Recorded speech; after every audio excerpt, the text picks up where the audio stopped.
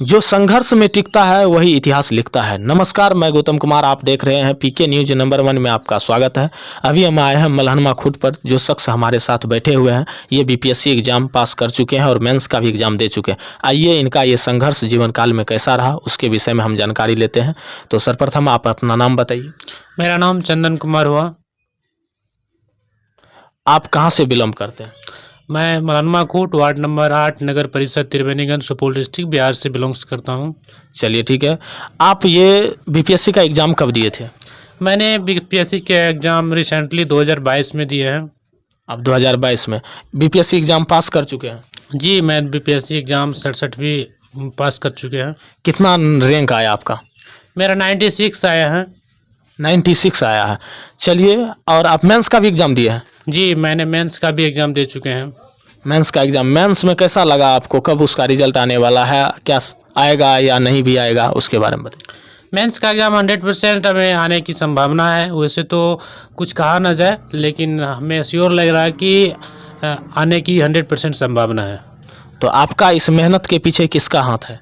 इस मेहनत के पीछे मेरा एक जो जूनियर क्लास में पढ़ाते थे अशोक सर नाम के टीचर्स हैं, जो गणेशपुर प्राइमरी स्कूल में टीचिंग करवाते हैं। सर्वप्रथम उन्हीं का बीपीएससी के प्रपक्ष देन है। और मेरे पहले से जिज्ञासा था, लेकिन सर्वोपरि जिज्ञासा उन्हीं का है। उन्हीं ने हमको यहाँ तक जाने का मौका दिया और एक प्रेरित भी किया। कब आपके माइंड में ऐसा आया कि आप बीपीएससी एग्ज़ाम के लिए तैयारी करना शुरू किए?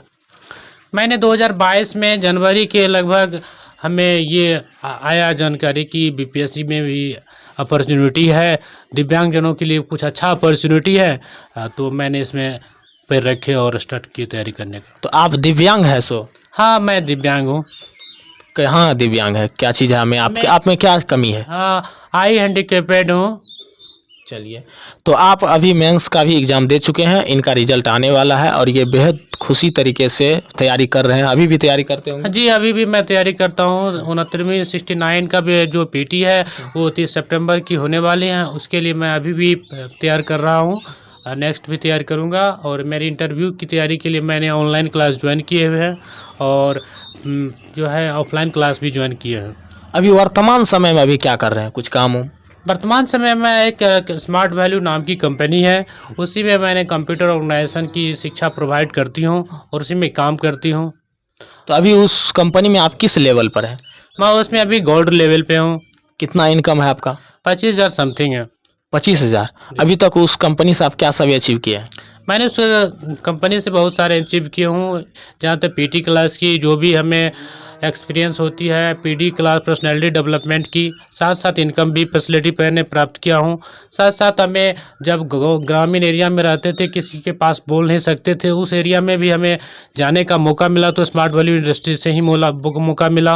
और जहाँ तक आगे की सोच मिला कि कुछ दिव्यांगजन भी कुछ भी कर सकता है, कोई किसी हार नहीं मान सकता, तो हमें स्मार्ट वैल्यू इंडस्ट्री से ही मिला कि कोई भी काम अब आसान तो नहीं होती है, लेकिन हर आदमी कोई भी काम कर सकता है। स्मार्ट वैल्यू कंपनी नेटवर्किंग है या फिर कोई और चीज़ है? ये मल्टी लेवल मार्केटिंग है, डायरेक्ट सेल्सिंग मार्केटिंग से। और ये नेटवर्किंग मार्केटिंग है। और इसमें आप इस कंपनी का उद्देश्य क्या है? इस कंपनी का उद्देश्य है भारत के प्रत्येक व्यक्ति को कंप्यूटर से आईटी लिटरेज करना। नेक्स्ट कि भारत के प्रत्येक किसान को एक ऑर्गेनिक जो प्रोडक्ट्स है खेती के लिए उनको उपलब्ध करवाना। नेक्स्ट है उसके बाद जो फूड सप्लीमेंट्री कुछ जैसे जूस होते हैं जो दवाई से नहीं ठीक होते पाते हैं लोगों को, तो वो यहाँ से प्रोवाइड जूस दिया जाता है को जो लोगों को देख के स्वस्थ किया जाए और बीमारी से दूर किया जाए। तो आप स्मार्ट वैल्यू, आप बीपीएससी का तैयारी करते हैं, सिविल सर्विस का, तो आप जो है ये नेटवर्किंग ज्वाइन क्यों किए? देखिए, ये ऐसा संस्थान है कि हमें यहाँ पे कम समय पे देने के बावजूद भी हम फुल समय बीपीएससी को देता हूँ तो कोई हमें प्रभाव नहीं पड़ता है, क्योंकि यहाँ टीम वर्क्स हैं। हमें यहाँ ज़्यादा इन्वेस्ट नहीं होना पड़ता है, गाइडलाइंस ओनली फॉर करते हैं, तो हमें इसमें टाइम का फुल्ली बचत होती है। इसीलिए मैंने ये संस्थान को चुने कि मेरे पढ़ाई में कोई डिस्टर्ब ना करे। लेकिन इस समाज में तो नेटवर्किंग के प्रति बहुत सारी दुर्भावनाएं चल रही है लोगों के मन में, उसके बारे में आप क्या कहना चाहते हैं? देखिए, लोगों की मन में क्या चल रहा हो तो मैं नहीं जानता हूँ, लेकिन मैं एक ही जानता हूँ कि जो आप करते हैं, अगर 100% आपके मन में विश्वास हो तो कोई भी काम आप कर सकते हैं। नेटवर्किंग, कोई भी नेटवर्किंग खराब नहीं होती है, क्योंकि आप हम लोग प्रचार करते हैं, एक तरह की प्रचार प्रसार करते हैं हम भी। जी, आपको कंप्यूटर शिक्षा, एग्रीकल्चर और खेती जो है हमारे हेल्थ संबंधी प्रोडक्ट, उनकी मैंने प्रचार करता हूँ। उनसे मेरी टीम बनती है तो इनकम फैसिलिटी आती है। टीम नहीं बनेगी तो डिपेंड फॉर हम पे है। हम जितना प्रचार प्रसार अच्छा से बता सकते हैं, लोगों को समझा सकते हैं, उतना इनकम फैसिलिटी आएगी। अगर हम अच्छे से प्रोवाइड नहीं कर पाएंगे, इसी में कोई कंपनी या नेटवर्क खराब नहीं होती है। उसको हमारे जैसे कुछ ऐसे जो जिसके पास जानकारी कम होता है, उनको समझाने में, बताने में कमी के कारण, उनको जो है ना गलत फहमी के कारण एडमिट करते हैं। जानकारी गलत दिया जाता है जब किसी के माध्यम से, तब वो कहते हैं समाज में गलत है। अगर जानकारी मैंने अच्छे से बताए, सही से बताए, श्योर बताए, तो कोई गलत नहीं होती है, क्योंकि मैंने जो भी जानकारी देंगे सही देंगे तो गलत क्यों? आपको विश्वास है तो यस बॉस, नहीं है तो गो बॉस। बिल्कुल सही बात है। आप बीपीएससी एग्ज़ाम दे चुके हैं और पास भी कर चुके हैं। जो कोई विद्यार्थी यदि बीपीएससी का तैयारी करना चाहते हैं तो उनको क्या आप क्या संदेश देना चाहते हैं?